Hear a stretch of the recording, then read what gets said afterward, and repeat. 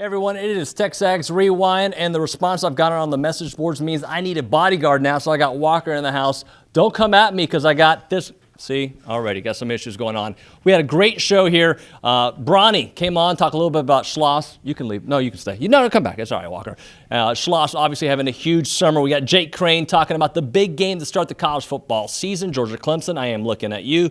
Ben DuBose breaking down Mizzou, A&M Mizzou every year. We know about that. And we finally found Billy Liucci's doppelganger. Might have been done by then, but Brad was. Looky here. We're going to just go right to that, aren't we? I mean, but he was. If Oasis came on, he would like jump out of the car, make everyone turn it off. Now I like him more. Now, yes, I was at Wimbledon yesterday, and I shot back very quickly on a little jet. We took a private jet back from Wembley, or wasn't it Wembley? From Wimbledon to here. We did Wembley too. We double dipped. You did it all yesterday, dude. Went to the soccer, came back, hit the Astros game. But that is one of the, I would say my beard is not quite that gray. My goatee is. That is as good of a look-alike. And the hat probably makes it so, where you can't see the eyes. But that is as strong a one as I've seen. I've seen a lot of them on TexAgs over the years. So if you're not a member of TexAgs.com or subscriber, you need to go right now just so you can see. So those listening on the radio can't see this. There's another picture that I saw of you. I mean, it looks like me right now. Yeah, that's you. Look. Just put your head down. Yep, same. Zoom in. Don't hold on. Wait, I got get me on this side. This is me. Wait. Wait. If you use a British accent at the same time, it'd be great. By the way, it is TexAgs Radio presented by Dave Gardner's Jewelers here in the Rollo Insurance Studio. But adding talent alone does not make you a better team for sure. But your feeling, your vibe is this team is heading in the right direction, and they should be much better next season, right? Yeah, I think the talent will be much deeper. You're going to have to replace a guy like Will Frizzell, who's an all-timer at A&M and wasn't on a great team, but will go down as one of the all-time great hitters of the last 20 or 30 years, and maybe even in A&M history. Certainly during the B.D. Corbett era, maybe the best hitter that A&M's had during the B.B. Core era. But replacing him won't be easy.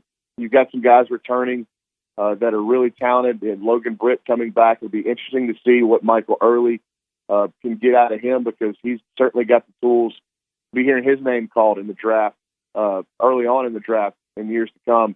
Austin Boast is a double-digit home run guy that's coming back.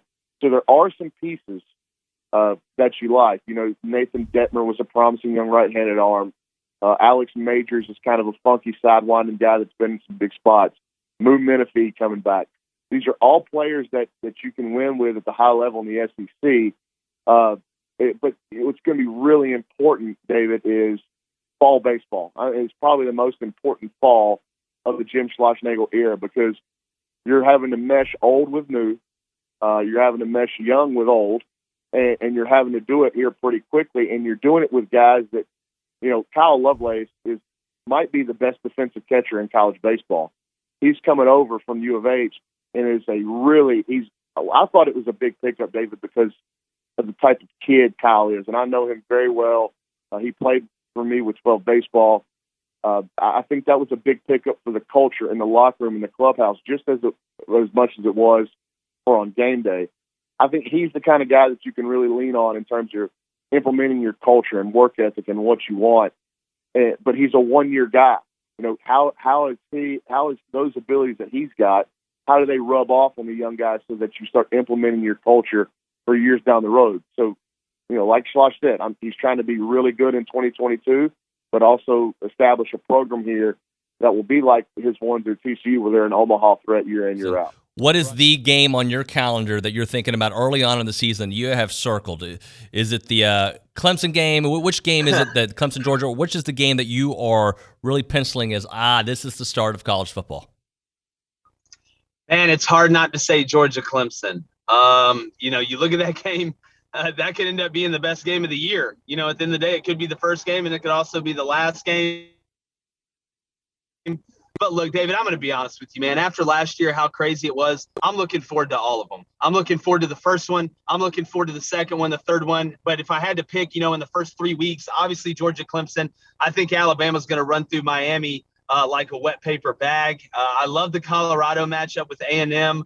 You got Auburn, Penn State week 3. You got Texas, Arkansas week 2, which I know some of your fans are going to be watching that pretty closely to see that game. But I'm just glad it's back. And I want to say this, David, for all the Aggie fans that are there, whether it's at Yale practice, whether it's, at the games before kickoff, when that stadium's full and it's going nuts, just take a deep breath and really enjoy the ability that we have to be able to go out and do these things, because it's a fabric of society where we're from. It's a part of who we are, and we deserve it, and the players and coaches deserve it as well. All right, one thing I know about Missouri, when they can run the ball last year, they would win. How important is that to the fabric of their offense? Very. And they lose Laurie Roundtree, who's been there for several years. They do retain Tyler Beatty, so it's not like they're starting from scratch, and they have a healthy amount of their offensive line coming back. So in theory, they should profile fairly well to not have a huge drop-off from basically their formula in 2020. The key thing that everyone's really excited about with Mizzou is Connor Bazelak, the quarterback. And yeah, a lot of his success does come from being able to run the ball and then get into play action and at least have that threat. Because Bazelak, he's 6'3", so he's not undersized, but at the same time, he's also not, in terms of Drew Lock, a guy who just blows you away with his arm. So people are excited about him. I would say he's one of Mizzou's best quarterbacks.